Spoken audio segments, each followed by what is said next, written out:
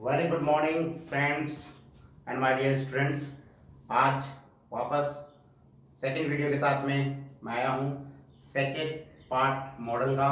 इससे पहले मैं शुरू करूँ, आप लोगों से कहना चाहूँगा कि आप अगर मेरे चैनल पर न्यू हैं तो आप प्लीज़ इसे सब्सक्राइब करें, लाइक करें and press the bell icon या प्रेस द बेल बटन। ठीक है, उम्मीद करता हूँ कि आप स्वस्थ होंगे, अच्छे होंगे। बिल्कुल कोरोना को हराना है और हम जीतेंगे। आगे मैं शुरू करना चाहूँगा। आज मॉडल का पार्ट सेकंड है और हमने पिछले मॉडल में पढ़ा था, मॉडल के बारे में इंफॉर्मेशन ली थी कि मॉडल शब्द है क्या, और उसके बाद में हमने फर्स्ट जो मॉडल पढ़ा था वो कैन पढ़ा था।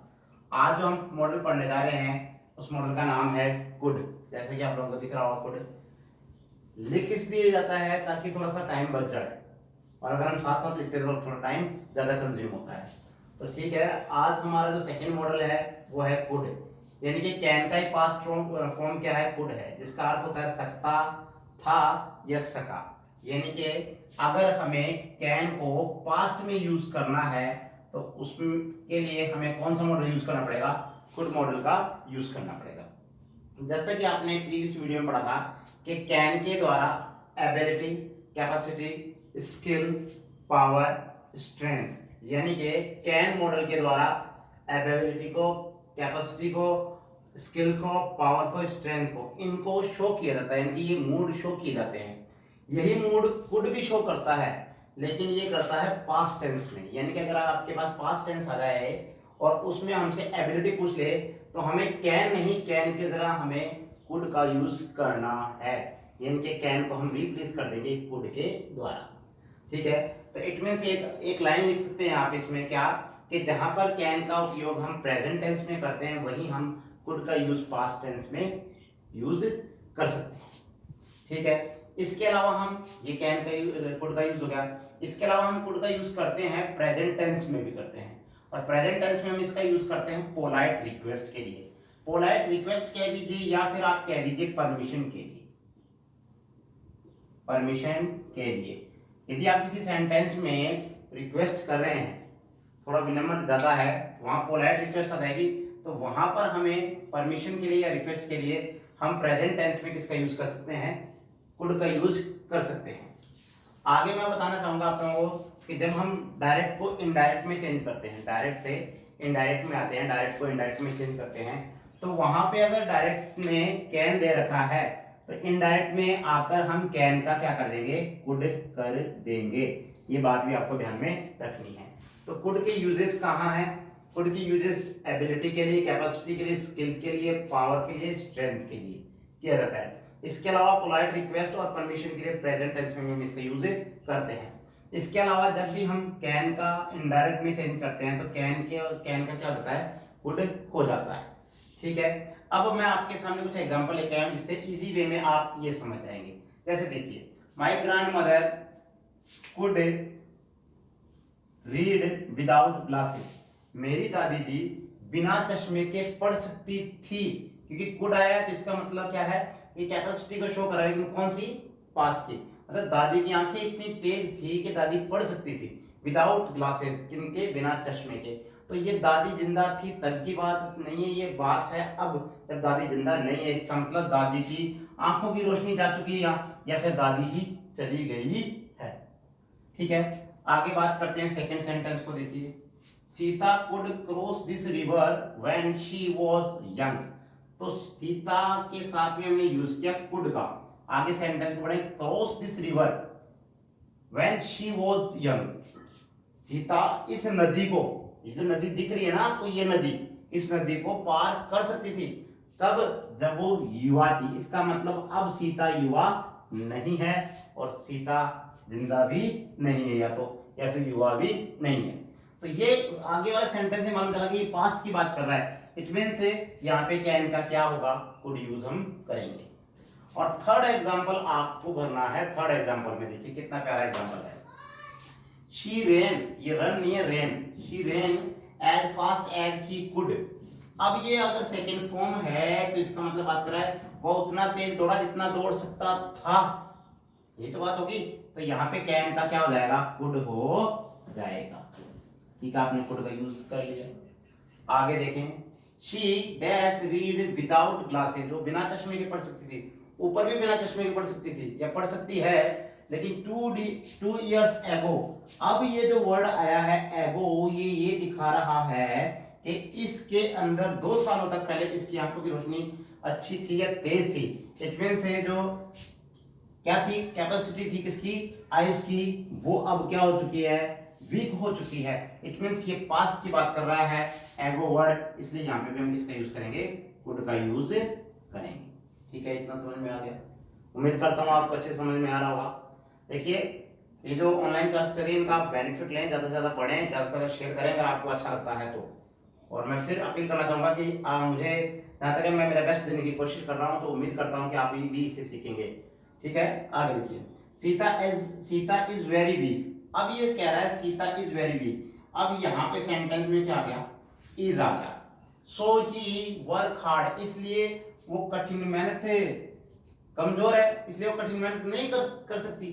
अब ये इज आया, इसका मतलब मुझे प्रेजेंट टेंस में ही इनएबिलिटी को शो करना है, तो एबिलिटी का मतलब तो कैन होता है और इनएबिलिटी का मतलब कैन नॉट हो गया सिंपल से वे में। तो यहाँ पे हम किसका यूज करेंगे, कैन नॉट का या फिर कांट का। कैसे करेंगे, यहाँ पर है इज, इस वजह से।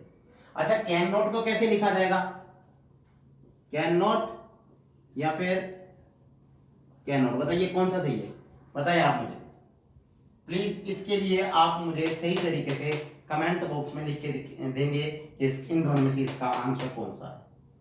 श्योर लिखेंगे ना, बिलीव है मुझे आंसर देंगे आप। प्लीज आप बताएं, क्या ये आएगा या ये आएगा या फिर ये इस तरीके से आएगा, थोड़ा सा गैप है यहाँ, इन तीनों में से कौन सा आएगा, आप प्लीज इसे कमेंट बॉक्स में जरूर लिखें।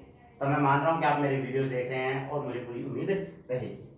आगे सेंटेंस देखिए, dash you land me your books, क्या आप मुझे अपनी किताबें दे सकते हैं। तो क्या, जब हम किताबें किसी से मांग रहे हैं, इट मींस हम वहां पे रिक्वेस्ट करेंगे।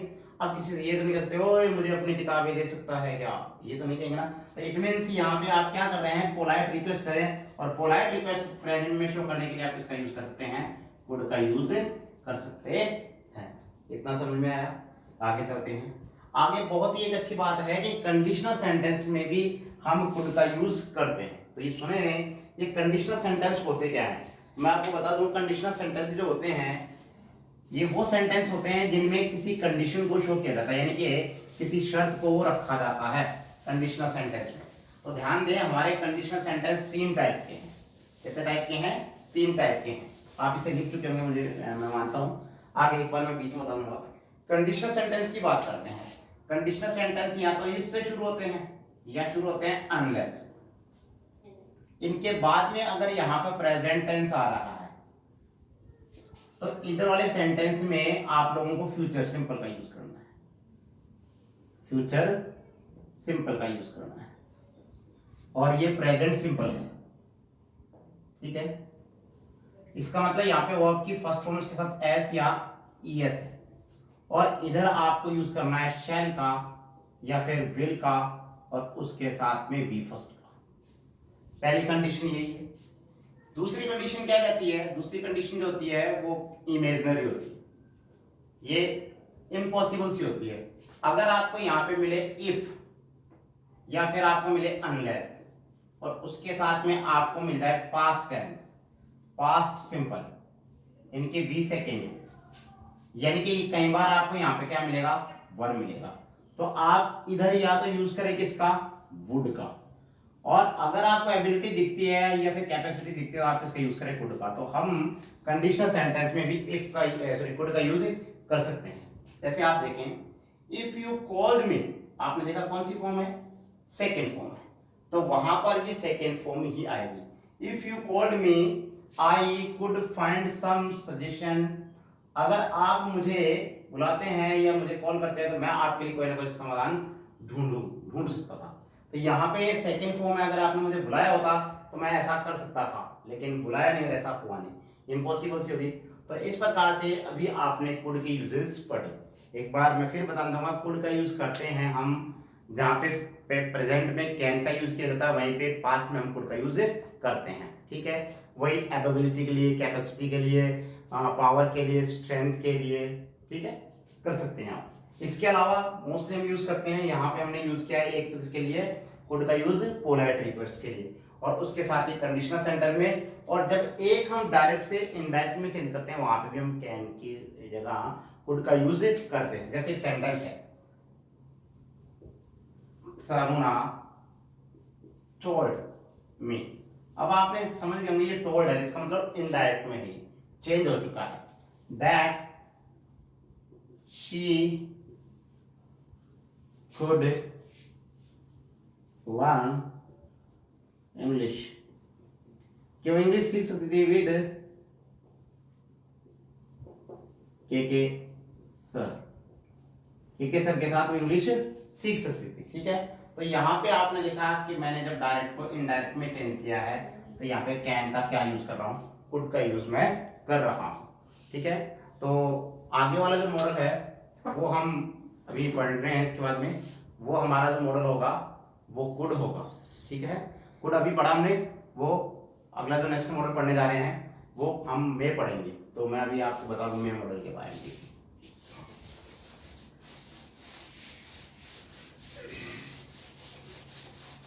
उम्मीद करता हूं कि आप लोगों को अच्छे से समझ में आ रहा होगा। अगर आप लोगों को समझ में आ रहा है तो प्लीज आप इस पे कमेंट जरूर करें कि आप लोगों को कैसा समझ में आ रहा है, और साथ में ही आप लोग इस चैनल को ज्यादा से ज्यादा शेयर भी करें। देखिए, इस चैनल के माध्यम से आप लोगों को इन्फॉर्मेशन ज्यादा से ज्यादा मिलती रहेंगी, मतलब नॉलेज आपका बढ़ता रहेगा। ठीक है, तो अभी हम शुरू करते हैं नेक्स्ट मॉडल जो हमारा है।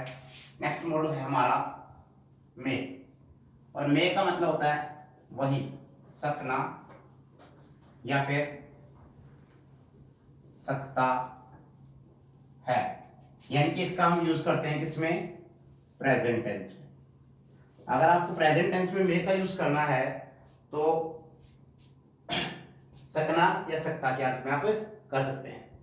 आगे हम इसकी यूजेस पढ़ेंगे, इसकी यूसेज कहाँ कहाँ किए जाते हैं।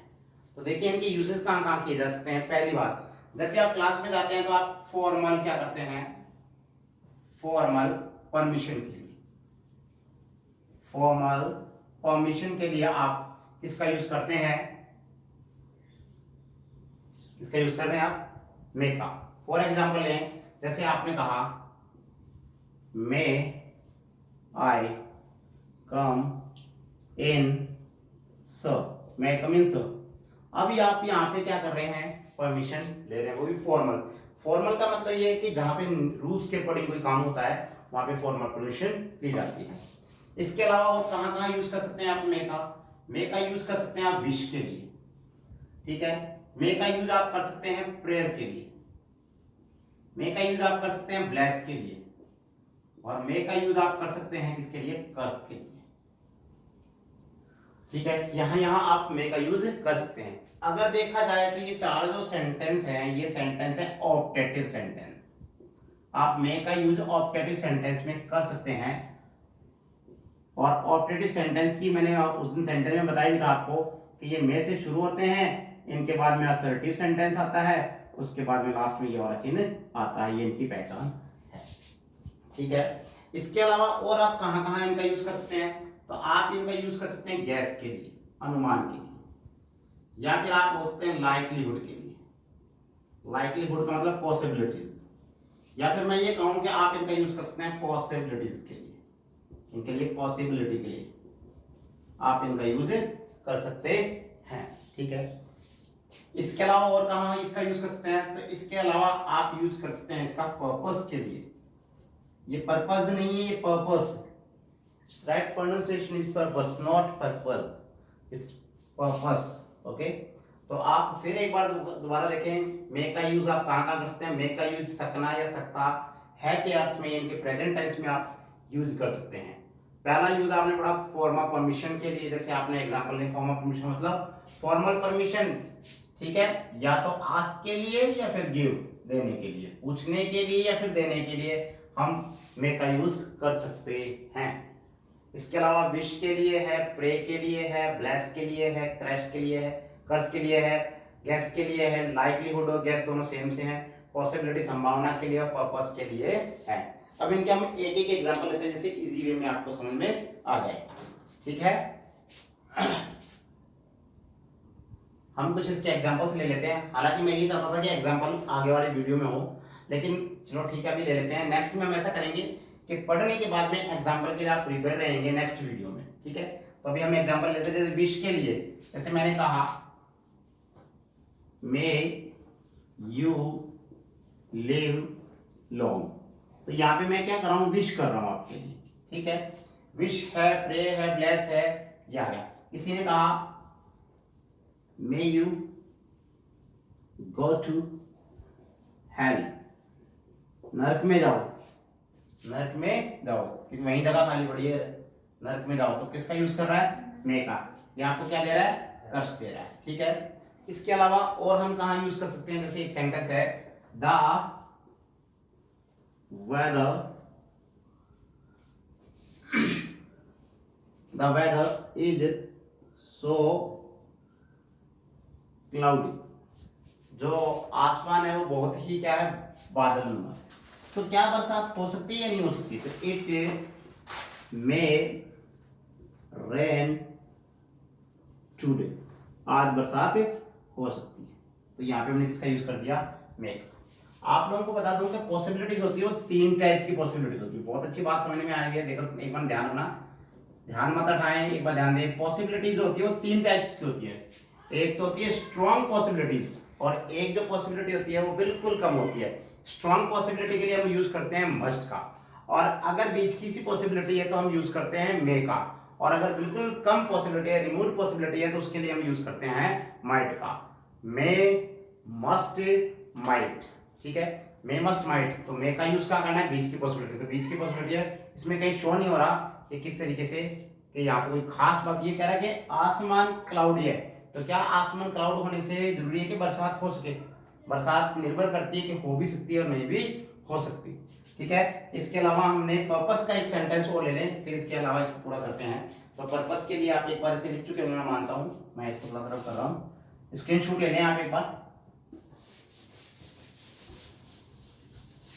पर्पस के लिए, वी ईट फूड, हम भोजन खाते हैं, सो दैट, ताकि, वी डैश लिव, हम खाना खाते हैं, क्यों खाते हैं, ताकि हम क्या रह सके, जिंदा रह सके।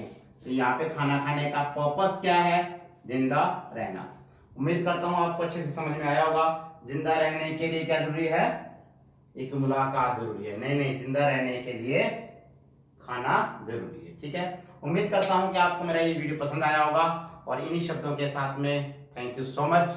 हाँ, एक बार अपील करना चाहूंगा कि आप प्लीज मेरे चैनल को ज्यादा से ज्यादा सब्सक्राइब करें और लाइक करें, ठीक है। Thank you so much.